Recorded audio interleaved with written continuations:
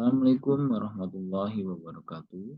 Perkenalkan, nama saya Martono Budi Santoso, mahasiswa MBA MMUGM Jakarta, menyajikan proposal tesis dengan judul Strategi Pengembangan Usaha PT Limbago Utama Indonesia melalui pendirian unit bisnis syariah dengan bisnis model kanvas. Penyajian proposal tesis ini terbagi atas 6 sub. Yang pertama, latar belakang. Yang kedua, rumusan masalah. Yang ketiga, pertanyaan penelitian. Yang keempat, tujuan penelitian. Yang kelima, kajian pustaka. Dan yang terakhir, 6, metodologi penelitian.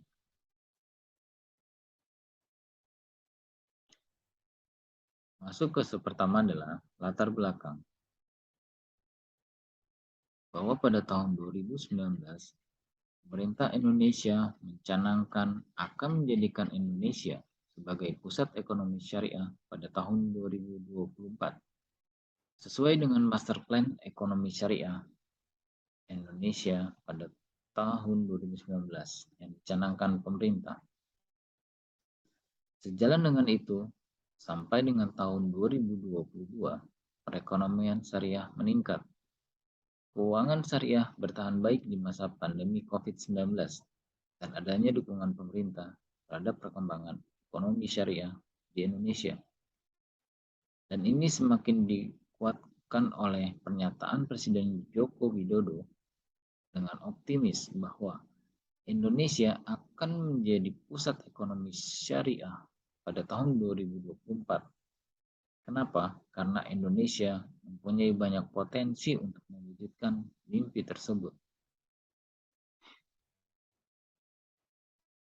Sedikit bercerita latar belakang PT Limbago Utama Indonesia.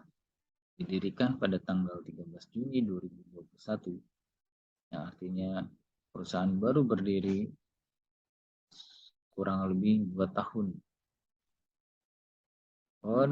PT Limbago Utama Indonesia membawahi usaha bisnis laundry dan brand Prestigio. Prestigio dibangun untuk bertumbuh tujuannya. Tetapi yang jadi masalah adalah pada saat pemulihan ekonomi berjalan baik dengan adanya peningkatan perekonomian, namun yang terjadi sebaliknya adalah pertumbuhan Prestigio justru melambat. Kontra dengan kondisi bahwa pasca COVID-19, pemulihan ekonomi mulai membaik. Apakah ini ada kaitannya dengan persaingan bisnis yang semakin ketat atau jumlah laundry yang semakin banyak?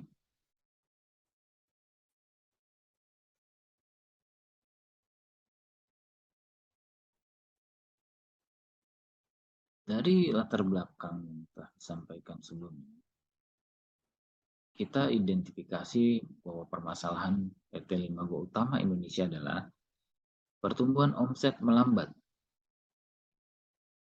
di saat pemulihan ekonomi mulai membaik. Teridentifikasi masalah kita bagi atas lingkungan internal dan lingkungan eksternal.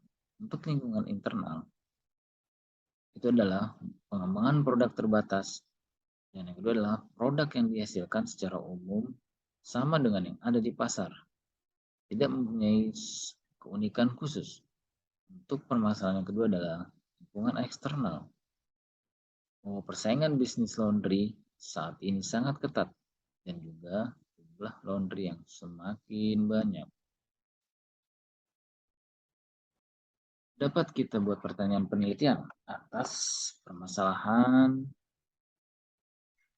dan identifikasi dari Prestigio. Yang pertama adalah, akankah perusahaan pertumbuhannya bisa meningkat apabila perusahaan menemukan strategi yang tepat pada persaingan bisnis laundry yang sangat ketat, jumlah laundry juga yang semakin banyak. Yang kedua, bagaimana perusahaan bisa membuat strategi produk yang tepat dibandingkan dengan pesaing supaya berdampak kepada pertumbuhan perusahaan bisa meningkat.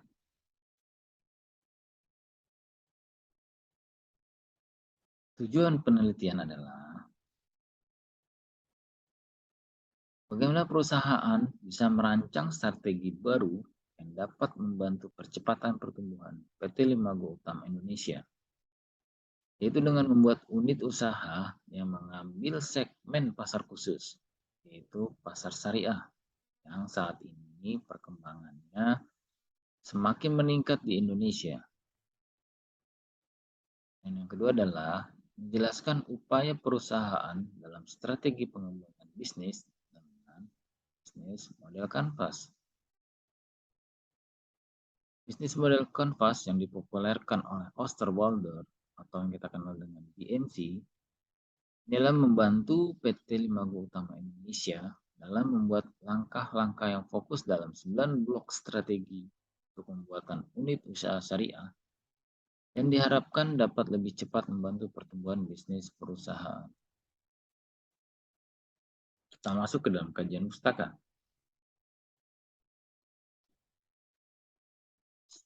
Strategi, menurut Morrissey 1995, strategi merupakan proses untuk menentukan arah yang harus dituju oleh suatu perusahaan supaya dapat capai segala misi. Kita tahu bahwa strategi hakikatnya adalah seni, yaitu bagaimana dia bisa mengelola ideologi politik, ekonomi, masyarakat, budaya, pertahanan negara, serta keamanan guna mencapai tujuan yang sudah ditentukan. Bagaimana dengan pengembangan usaha? Bahwa pengembangan yaitu upaya sadar, terencana, teratur, serta bertanggung jawab yang dilakukan guna memperkenalkan, menumbuhkan, mengarahkan, serta mengembangkan karakter seimbang, holistik, serta selaras berdasarkan bakat. Bahwa kita dapat untuk pengembangan secara umum adalah untuk meningkatkan pendapatan perusahaan. Jadi, kalau misalnya kita gabungkan strategi dengan pengembangan usaha, kita dapat simpulkan bahwa strategi pengembangan usaha adalah proses untuk menentukan arah yang harus dituju oleh perusahaan supaya dapat tercapai segala misi dengan upaya sadar, terencana, terarah, teratur, serta bertanggung jawab yang dilakukan guna memperkenalkan, menumbuhkan, mengarahkan, serta mengembangkan karakter yang seimbang, holistik, serta selaras berdasarkan bakat, keinginan, serta kapasitas untuk peningkatan serta pengembangan diri menuju pencapaian kapasitas optimal serta martabat kualitatif individu dan karakter mandiri. Unbundled Corporation.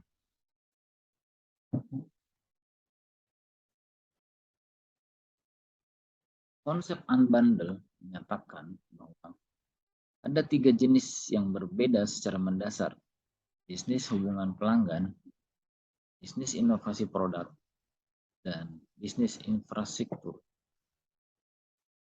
Di mana tiga jenis tersebut dapat hidup berdampingan dalam satu perusahaan, tetapi idealnya mereka dipisahkan menjadi entitas terpisah untuk menghindari konflik atau pertukaran yang tidak diinginkan. Bisnis model kanvas. Bagaimana di sini adalah menggambarkan dasar pemikiran tentang bagaimana sebuah organisasi menciptakan, memberi, dan menangkap nilai stakeholder dan pigment. Model bisnis dapat disajikan atau dijelaskan dengan sangat baik melalui 9 blok bangunan dasar yang memperlihatkan cara berpikir tentang bagaimana sebuah perusahaan menghasilkan uang. 9 blok bangunan model bisnis membentuk dasar untuk alat praktis yang kami sebut adalah kanvas model bisnis. Di mana 9 blok bangunan yang dimaksud adalah value proposition atau proposition nilai, customer segment atau segmen pelanggan, channel saluran, customer relationship hubungan pelanggan, revenue stream arus pendapatan, key activities atau aktivitas kunci, key partnership mitraan utama, dan cost structure.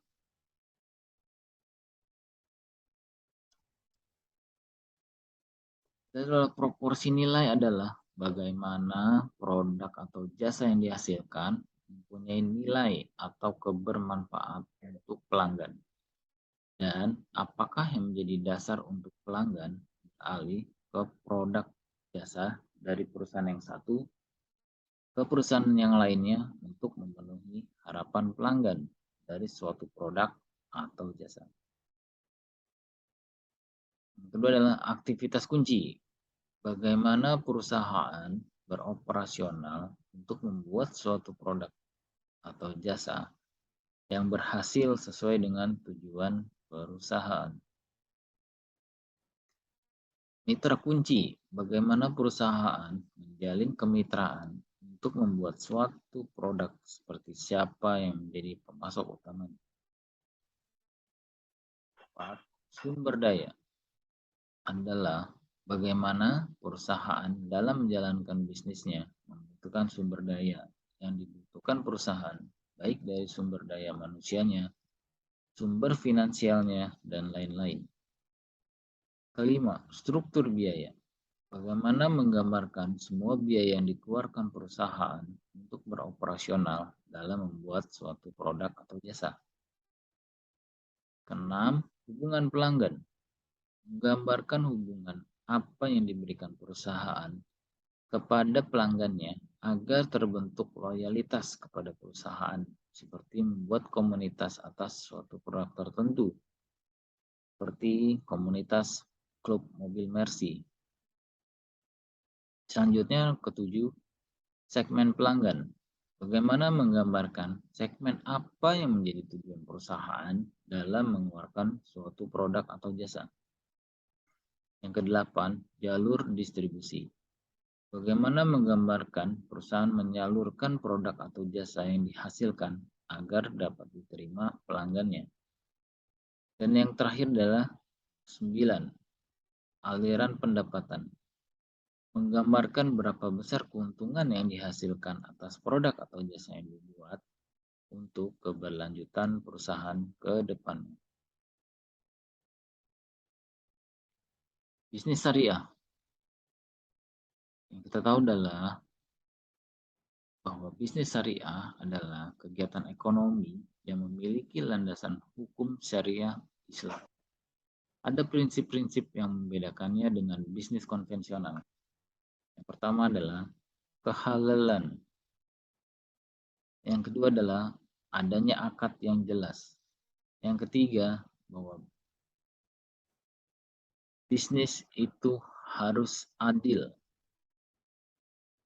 Yang keempat adalah bahwa bisnis itu harus terbebas dari riba.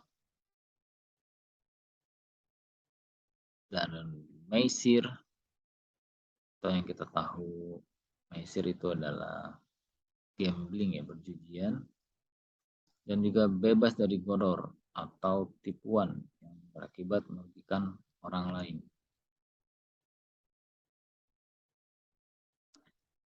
Apa sih perbedaan laundry konvensional dan laundry syariah?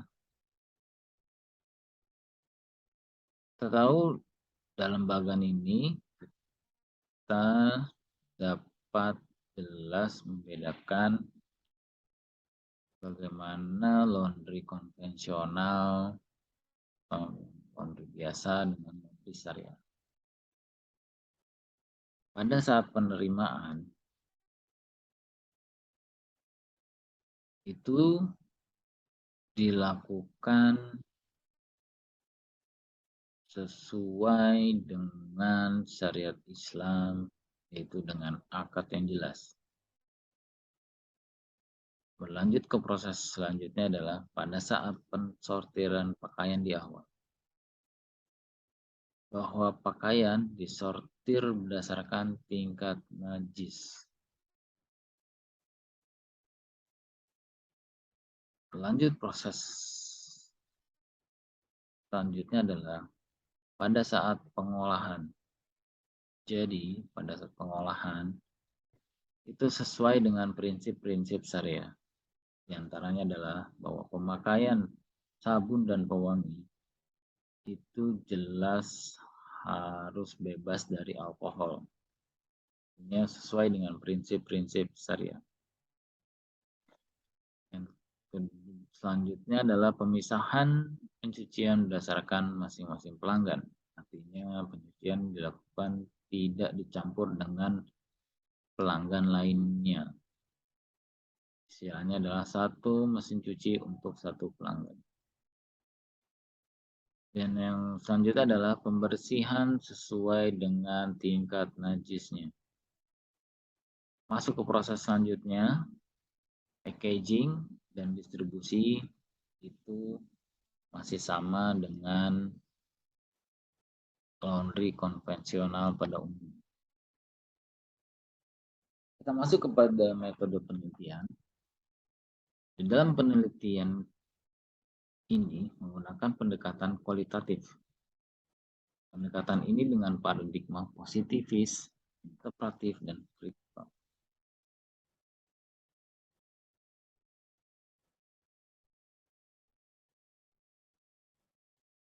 Untuk metode pengumpulan data, yang dilakukan adalah terdapat dua metodologi pengumpulan data.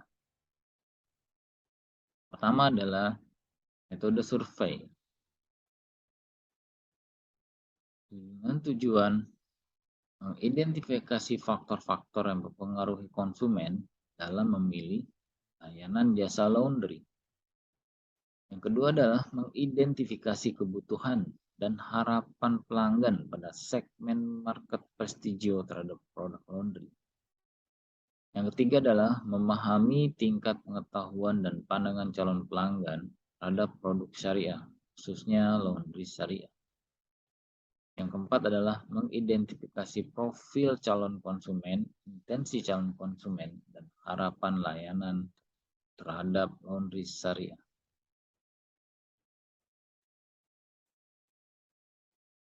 Untuk rencana survei itu kami lakukan pada area radius 10 km dari outlet Prestigio. Kriteria responden kami juga sudah tentukan. Pertama adalah pria atau wanita dengan rentang usia kira-kira 17 sampai 60 tahun. Dia sebagai muslim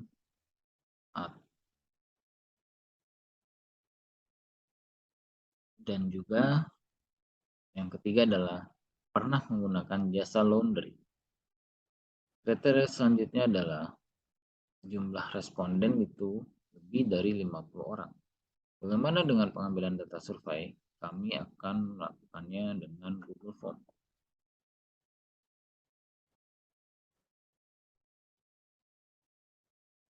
Metode yang selanjutnya akan kami lakukan adalah dengan wawancara. Wawancara adalah menggali ketertarikan pasar B2B dan asosiasi terhadap produk syariah.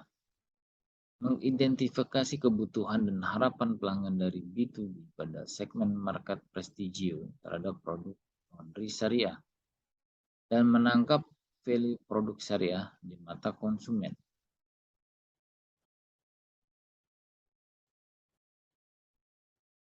Teknik yang akan kami lakukan adalah face-to-face interview dengan informan Mr. X dan Mr. Y. Mr. X dari perwakilan Hotel Grand Chaman, dan yang kedua adalah perwakilan dari Himpunan Pengusaha Laundry Indonesia. Untuk tipe unit analisisnya adalah, untuk yang informan satu adalah sebagai perusahaan, dan informan kedua adalah untuk asosiasi.